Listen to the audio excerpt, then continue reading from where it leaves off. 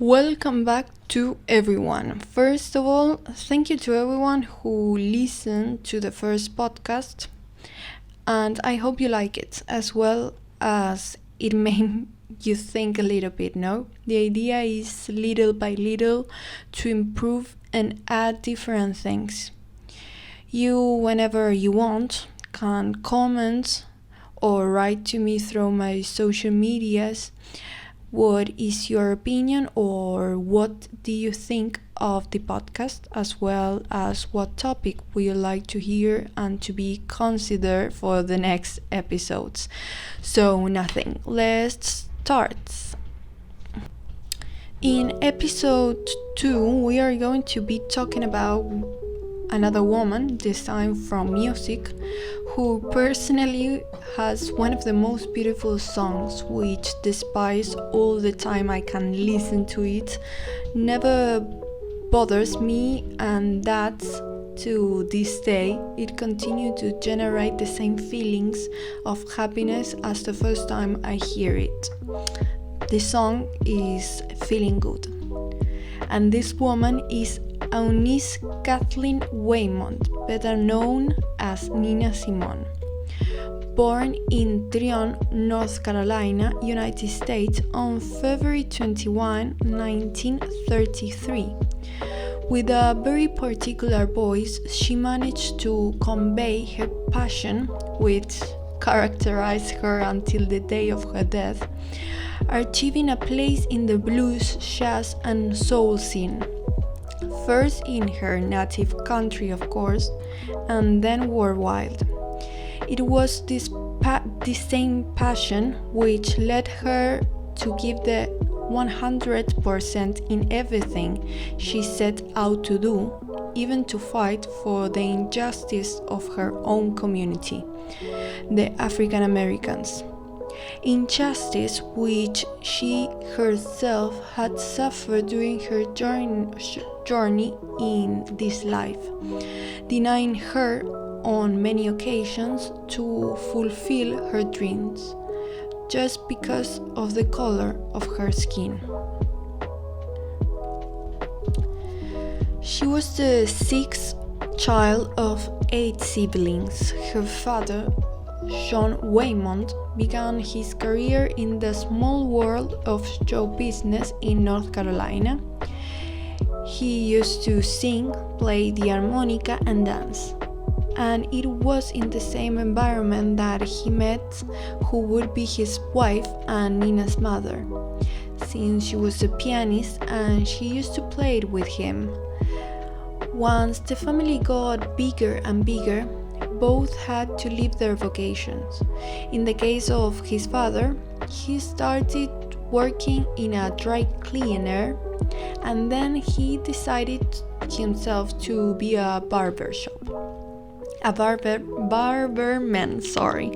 and her mother started working as a maid and as a preacher in the church of her hometown.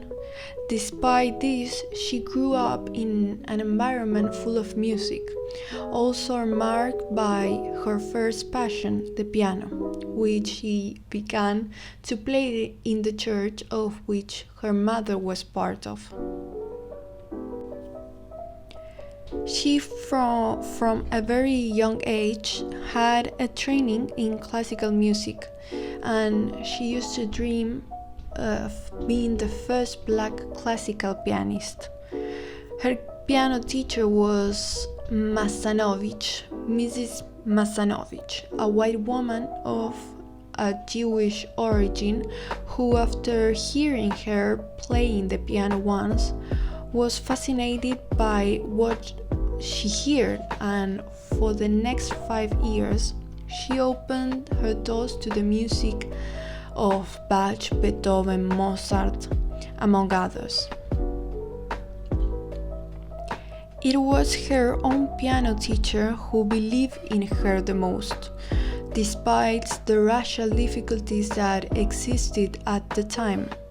She even created a fund called Eunice Waymont with the aim of raising money through concerts for her future education.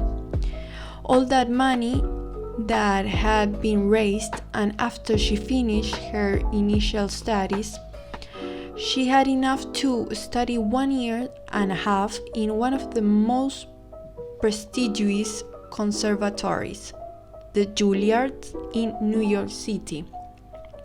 And after her saving ran out, she asked for a scholarship in Philadelphia, more precisely at the Curtis Music Institute.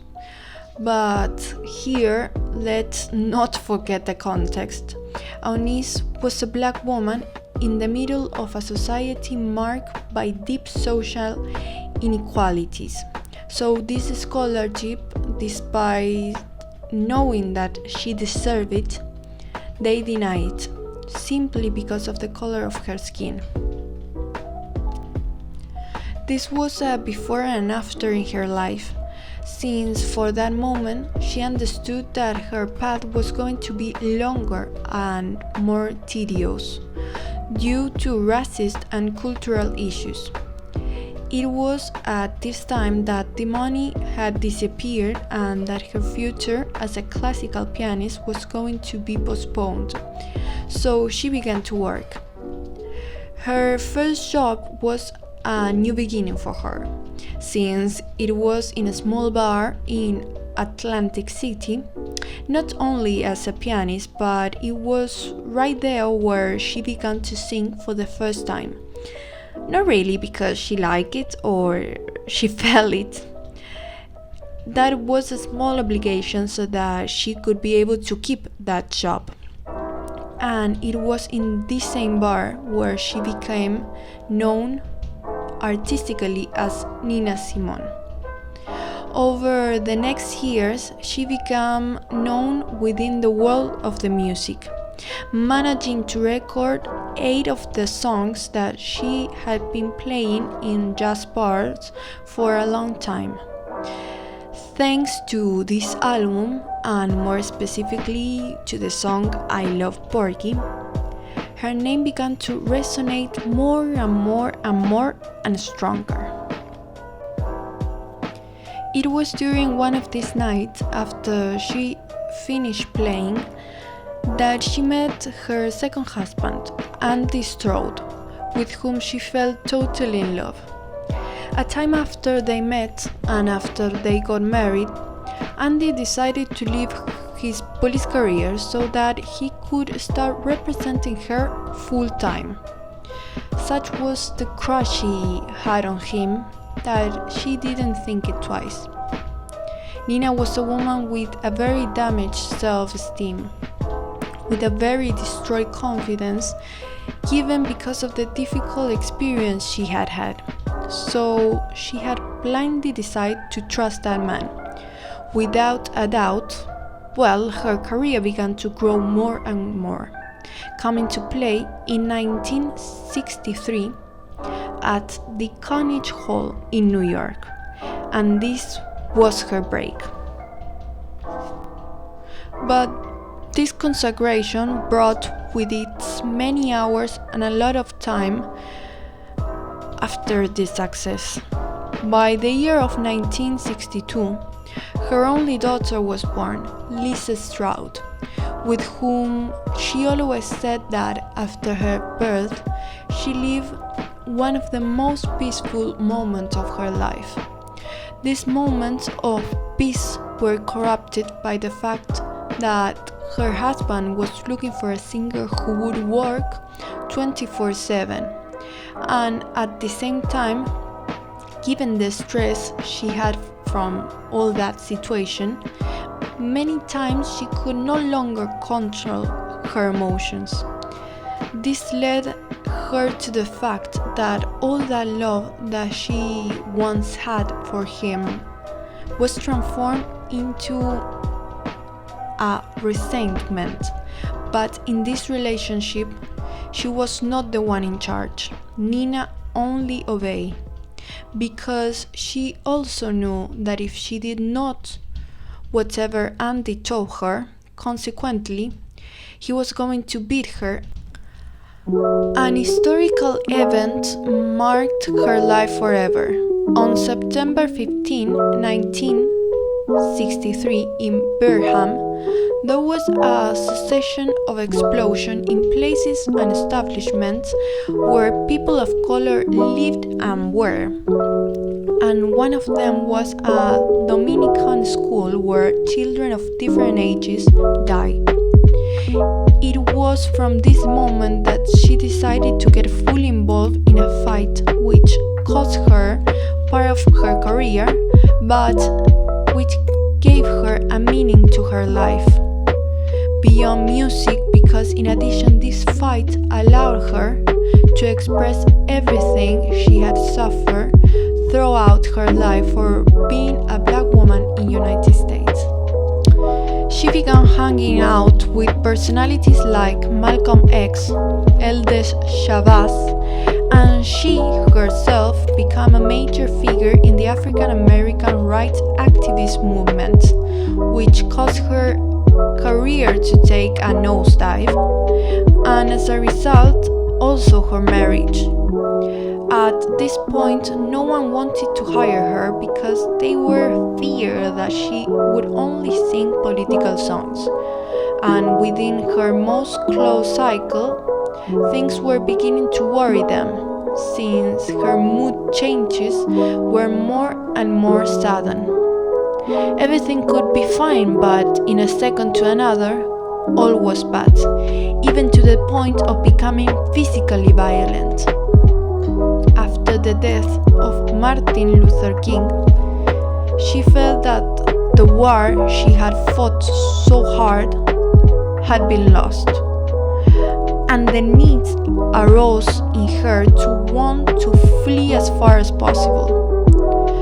That's how she divorced her husband and moved to Africa, more exactly to Liberia, leaving music aside for a while.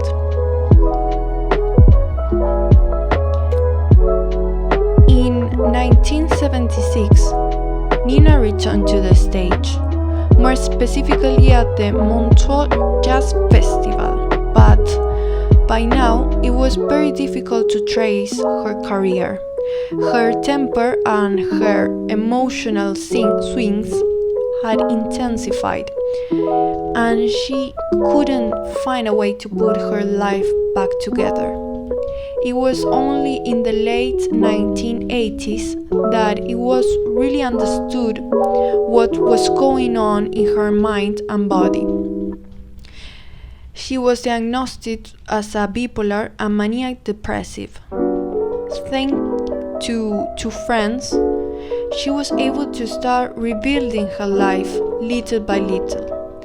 And it was like that which continued until her death on April 21 of 2003. Towards to the end of her days, she was able to find a certain peace and satisfaction in what she was doing, enjoying her presence without caring about anything beyond those melodies she composed. Once, Nina was asked, "What is freedom for you?" And she replied, "It's just a feeling. How do you tell someone what is it to be in love? How do you explain to someone who never fell in love what it feels like when you fall in love? You can't, even if your life depends on it. You can describe things but not explain them. But when it stops you, you know it. And that is freedom for me. A couple of times I felt free on stage. And that's from another world, you know. I'm going to tell you what is freedom for me. You know, not being afraid. I remember the first time I hear this woman. I remember like, whoa, who is this person? So it's really interesting knowing her a little bit more, because every time I hear her songs, her music, I feel a lot of emotions. I feel her passion. This like a little bit of her story, because it has a lot of stories inside the stories. So, well, if you want to know more about her, there is a documentary in Netflix, What Happened, Miss Simone, that is a really good documentary. And please listen to her music, it's really wonderful. Thank you very much for coming this far. You can follow me through my social medias at Louric Art on Instagram, TikTok, and Facebook. Until next time, bye bye.